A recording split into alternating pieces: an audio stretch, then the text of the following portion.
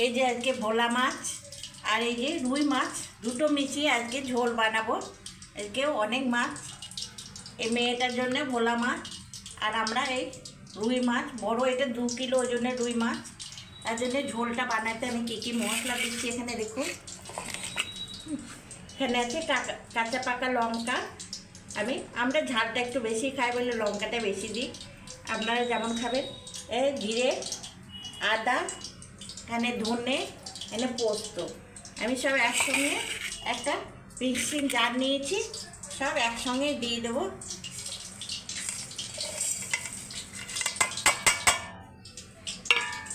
এটাকে পেস্ট বানিয়ে আনবো।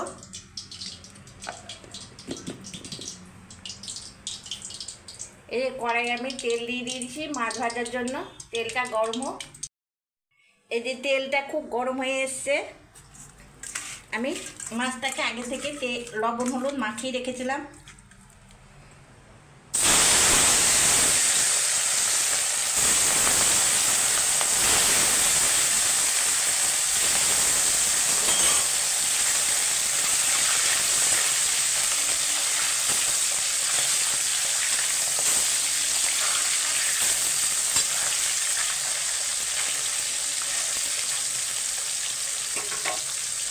এই মাছটা আমার ভাই দিয়ে গেছে, এটা 2 কিলো ওজনের মাছ ছিল। আমি ছিলাম না, নাহলে আমি ভিডিও করে দেখাতাম। মাছটা ভাজা হোক, সব মাছগুলোকে আমি ভেজে নেব। সবটা আমি ঝোল করবো না, অত আমাদের মাছ লাগবে না, কিছুটা রেখে দেবো। এই যে আমার সব মাছগুলো ভাজা হয়ে গেছে। এই যে ভোলা মাছটা আমি লাস্টে ভাজলাম।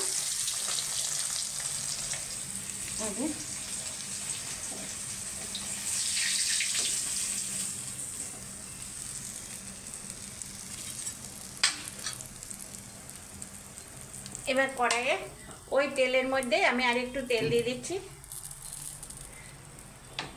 দিয়ে এখানে একটু রাঁধুনি ফোড়ন দিয়ে দিচ্ছি।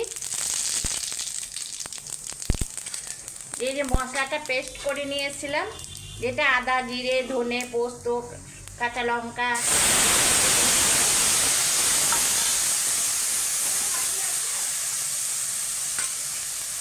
একটু জল দিয়ে দিচ্ছি, দিয়ে এনে হলুদ গুঁড়ো দিয়ে দিলাম, কিছুটা লাল লঙ্কা গুঁড়ো দিয়ে দিচ্ছি অল্প করে, একটু কালারের জন্য কাশ্মীরি লঙ্কা গুঁড়ো ছোট চামচের 1 চামচ দিচ্ছি।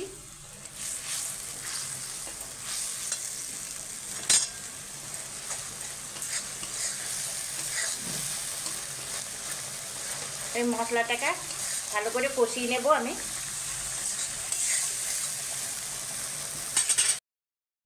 এই যে মশলা থেকে একদম তেল ছেড়ে দিয়েছে,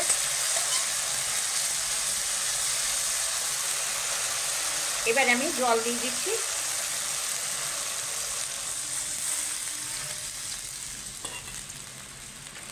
এবার লবণটা এখানে দিয়ে দিচ্ছি।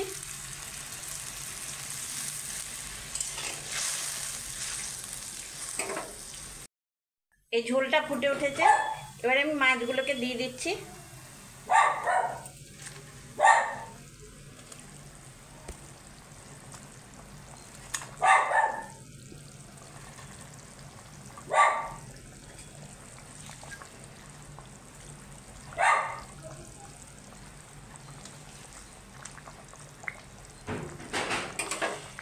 এবার গ্যাসটাকে আমি সিমে দিয়ে দেবো, আস্তে আস্তে একটু হবে।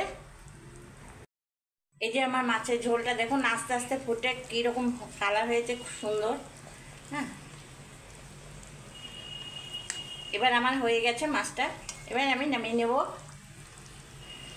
একটু ঝোল ঝোলই রাখবো মাছটা, এই ঝোলটা খেতেই খুব ভালো লাগে মাছের এইভাবে।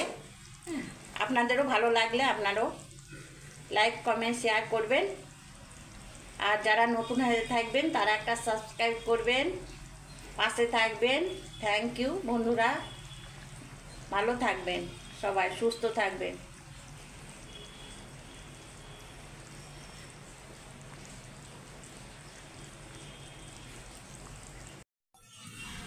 এই যে বন্ধুরা মাছটা আমি ঢেলে নিয়েছি, দেখুন কেমন হয়েছে।